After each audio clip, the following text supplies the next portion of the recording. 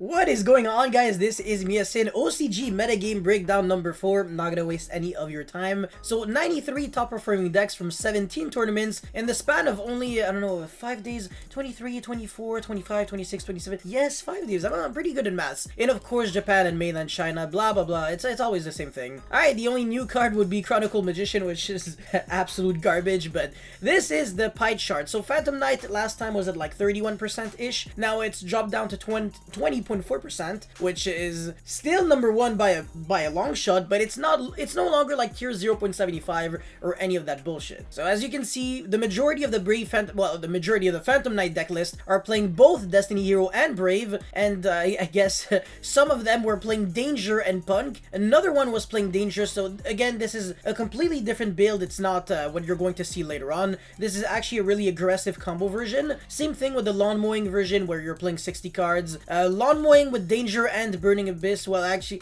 yeah, this is kind of confusing because you're not really playing a lot of Burning Abyss cards. You're pretty much just playing Graph and Seer. Arguably maybe Libic sometimes, but sometimes people aren't even playing Libic or Farfa or Skarm. But yeah, so Phantom Knight always gonna be the best deck as long as the Brave and Destiny Hero cards are not touched. Now we have Prank Kids. The thing about Prank Kids is that it was always up there, but people weren't playing it. So now that we finally have Prank Kids on the second place, I think no one is really shocked because even in the TCG, this deck is absolutely insane. I mean, Pack won the freaking remote duel YCS with that deck, but 11 Brave Prank Kids, and 2 of them were playing, of course, Brave, but with Destiny as well. So 100% of the Prank Kids deck list were playing Brave. The synergy is just insane because you never need the effects of whichever monster you normal summon. Obviously, they trigger on, on the graveyard. The Brave just doesn't conflict at all, and then you have a negate, so you don't have to lose to Nibiru and stuff. It's just insane. But yeah, moving on, we have Sword Souls. So the majority of them were playing Pure, and 4 out of the 7, actually, never mind. The majority of the Sword Soul were playing Tenyi, but half of them were playing with Destiny Hero while the other weren't. And then we have, oh my god, even more Sword Soul. So in theory, 7 plus 6 would also be 13. So it would be tied with Prank Kids, just the Sword Soul cards in general, and also the Tenyi. I'm very shocked. Wow, Tenyi is a little bit of everywhere, but this time that Sword Soul build is also playing Brave, which I actually think is way too much. It doesn't make any sense because it conflicts with Moe and Taya, so it's only really playable with the level 6 guy. Maybe that's the monster that you're trying to, the only monster that you're playing with the Yang Zing cards, and then you're making a Baroness really early. It couldn't work, honestly. Yeah, even the level 6 is just already insane. It works well with the Yang Zing, but Sword Soul it's kind of confusing, right? Because you might think that you're playing more than just Long Yuan, but you're not. Anyways, Drytron. Alright, of course, every single time the majority of them are always playing Pure, but now this is the shocking thing. Flundereeze is finally, like, top tier on the same level of Drytron, which is insanity because a lot of people complain about Drytron being way too good in the OCG. The deck still has freaking 3 Benten, Union Carrier, everything, but of course, the Maxi is a thing, so they're like, whatever, right? As long as those annoying kind of back and forth decks are not being too problematic, because Drytron is like very combo hard or go home, so yeah. But Flundereeze, I'm actually kind of shocked, but at the same time, I'm not really shocked. The Quickly spell is absolutely insane. It makes you play through hand traps, it increases consistency. It's exactly what the deck needed, so this is definitely a step into the right direction. But even when we're gonna get Flundereeze in the TCG, I don't think it's going to be that great of a deck until we get that Quickly spell, and depending on what the ban list actually hits, Flundereeze might actually be tier 1, definitely for sure, but maybe a little better than tier 1, it really depends. Anyways, Eldritch, yeah, always, every single time. Tri Brigade, actually crazy how this deck lost so much popularity. Phoenix Brave, also, well, I mean, 4 is still very good though. They're all tied for this spot, whereas these decks are tied for this, and then, yeah, I guess. Well, actually, sorry, this rather is tied with this. 3 Emancipator, 3 Brave Virtual World, 2 Heroes, Salamangreat, Adagnister, Agent Fairy, Brave Punk, Lightsworn, what the frick? And then, oh my god, just a lot of Destiny Hero decks. So Brave, Zephyra, Despia, Exorcister, what? Okay, Invoked Magnite, Dragma Invoked, DD, only 1? I'm so shocked. I thought it would be so much better. Oh my god, Maxi is a bitch. Wow, Endymion, Lawn Mowing, Infernoid, Invo Shadal, Megalith, FTK. The OCG players are on crack. Spiral, which is banned in Remote Duel. Yeah, because you can't go for freaking drone, and besides it sucks in the TCG. Whereas in the OCG it's actually really scary. And Tri-Brigade Lyrilusk, again, in the TCG, Lyrilusk cards are super hyped, but in the OCG, people are like, I don't care. Yeah. So, I don't know. This is interesting. What do you guys think of these results? But now let's get into the deck list. So, this is actually ridiculous when you read this paragraph, because you realize that the world champions themselves are playing these decks and doing well with them. It's not just, oh, a popularity contest. Yeah. Yamashunsuke. So, yeah, the guy won 2 worlds in a row. And he got 2nd place against Sehabi in 2014.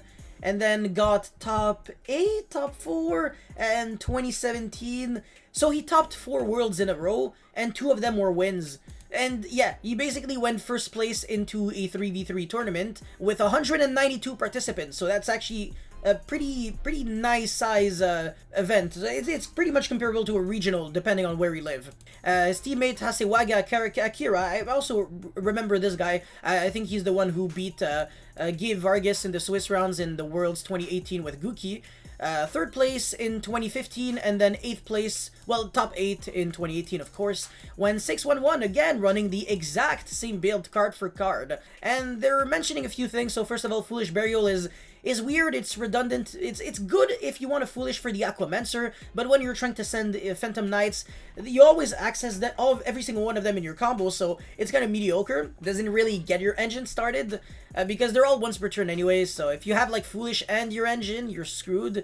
But if you have like nothing, then maybe Foolish is okay, but whatever. For the most part, the main deck is very streamlined. There's practically nothing you can really change. At least they're playing 3 Journey of Destiny, 3 Rite of Aramesia, because the last build I saw was only playing 2. And finally playing Shade Brigantine as well, which is 100 correct. So these 2 guys are definitely on point. 42 card deck with how many hand shops is that? 5, 8...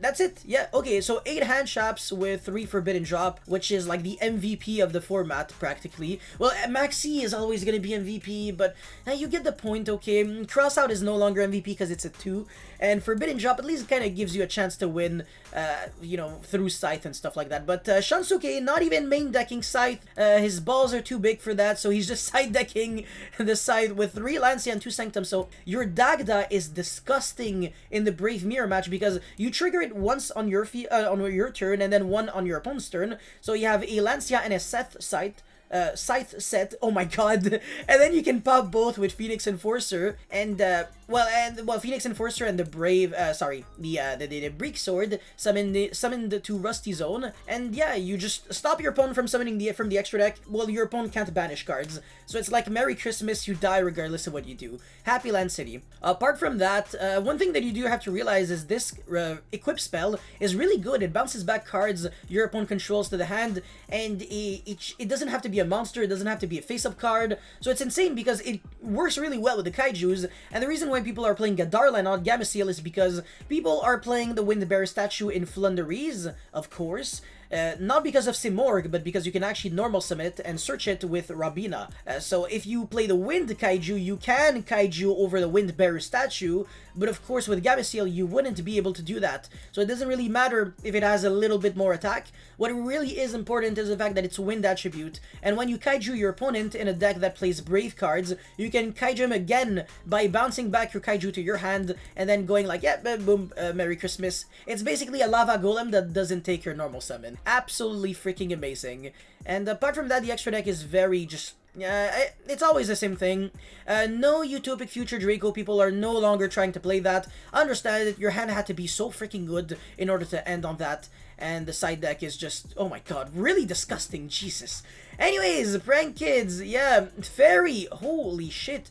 Just so many good players are doing so well with these decks. It's actually insane. Went 7-0 and finished 1st place in a tournament with 96 participants, and yeah, again, his teammate Yamato played the exact same build. Just by looking at it, you can kind of realize that, yeah, there's not much to kind of work on it. I mean, obviously the flex spots like hand traps, forbidden drop, etc., you can always kind of change them, but one Nibiru and one Imperm, because you don't necessarily want to draw them, but they're good to have as cross-out targets. And then, yeah, obviously Maxi you always want to draw, and Ash negates Maxi, so that's the main logic. Otherwise, the guy probably wouldn't even play, like, that many hand traps and cross-out and stuff like that. But cross-out is good in, like, mirrors, or just every single deck that plays Brave cards. Your opponent goes right off Aramesia, and you just go, like, cross-out, banish right off Aramesia. Merry Christmas! Same thing with Fusion Destiny. You just do that, and yeah, but obviously this guy isn't playing the Destiny Hero cards. Well, the majority of the Brave Prank Kids decks were not playing Destiny Hero, only 2 out of the 13, so that's actually a very weak percentage. But yeah, pretty cool, pretty consistent deck. Forbidden Drop absolutely everywhere in everyone's main deck, 3 of every single time. Kaiju Gadarla again, everywhere as a 2 of in the side deck, that's just a trend. And then either Droll or Lancia, I think it doesn't really matter that much at the end of the day. They're pretty similar, but Prank Kids does not lose to Lancia whatsoever, and Phantom Knight completely get cocked by Lancia. It's not even funny. But apart from that, Judgment when you're going first, that's actually interesting. Conclusion, Phantom Knights, of course, they're still the best. Prank Kids are very dangerous though, and a lot of high-level players are now trying to play the deck, so you have to watch out if you're in the OCG, but if you're in the TCG, you still have to watch out the exact same way, because as you already know, ICS Pasadena is going to be pre-ban list, so it's gonna be one hell of an event. But yeah, I don't know what you guys actually think of all that. Let me know your guys' thoughts in the comment section below. Don't forget to like and subscribe, and I'll see you guys next time. Peace.